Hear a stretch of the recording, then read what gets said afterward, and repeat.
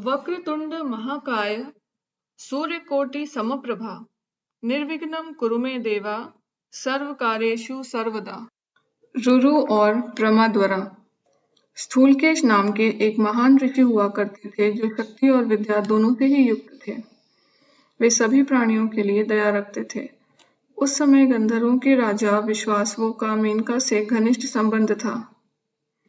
अप्सरा मेनका ने नदी के तट पर एक बालिका को जन्म दिया और उसे ऋषि के आश्रम के पास छोड़कर चली गई। ऋषि ने नदी के किनारे पड़े शिशु को देखा।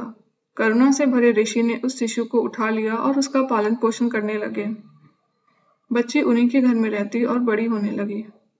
उससे जुड़े सारे संस्कारों को ऋषि ने अच्छे से पूरा किया, क्योंकि उसने सुंदरता, अच्छाई और बाकी सारे गुणों में सबको पार कर लिया था। इस वजह से ऋषि ने उसका नाम प्रमाद्वरा रखा। ऋषि भृगु के प्रपौत्र रुरु ने एक दिन प्रमाद्वरा को ऋषि के आश्रम में देख लिया। उसे देखते ही रुरु मुग्ध हो गए। रुरु ने अपने साथियों के माध्यम से अपने पिता को अपने मन की बात बतलाई।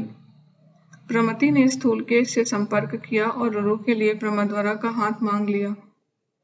स्थूलकेश ने एक शुभ दिन निश्चित किया जब रुरु और प्रमाद्वरा का विवाह निश्चित होना था। जब विवाह के मुहूर्त में कुछ ही दिवस शेष रह गए थे तो प्रमाद्वरा ने गलती से एक सर्प के ऊपर पांव रख दिया।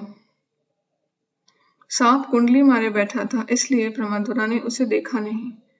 सांप ने तुरंत उस युवती के पैरों में डंक मारकर अपना जहर उसके रक्त तक पहुंचा दिया। तुरंत ही प्रमाद्वरा मूर्छित होकर जमीन पर गिर गई। अस्त व्यस्त बालों के साथ वो जमीन पर पड़ी रही। उसके पिता और अन्य ऋषियों ने आकर उसे देखा कि वो किस तरह से धरती पर पड़ी हुई थी। अन्य ब्राह्मण भी उसके शरीर के पास में बैठे करुणा भरी नजरों से दुख प्रकट कर रहे थे, परंतु रुरु का हाल इन सब से कहीं ज्यादा बुरा था। रुरु ने एक गहरी जंगल में चले गए और जोर जोर से विलाप करने लगे। अपने प्रिय प्रमाद्वरा को याद करते हुए उसने इन शब्दों में अपना दुख व्यक्त किया।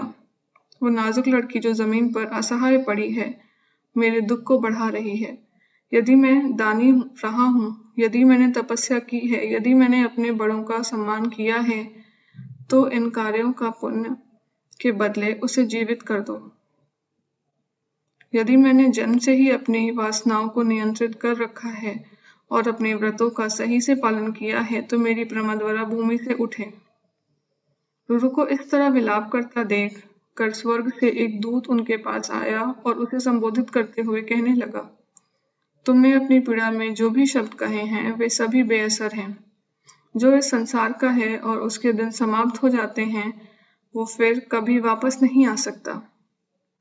एक गंधर्व और अप्सरा की वो संतान धरती पे अपने दिन बिता चुकी है, इसलिए तुम्हें अपने हृदय को दुख के हवाले नहीं करना चाहिए। लेकिन देवताओं ने उसे वापस जीवित करने का एक साधन बताया है। यदि तुम इसका पालन करोगे तो उसे जीवित कर सकोगे। रुरु ने जवाब दिया, मुझे पूरी बात बताइए कि देवताओं ने क्या उपाय बताया है। मैं उसका अनुपालन करूंगा।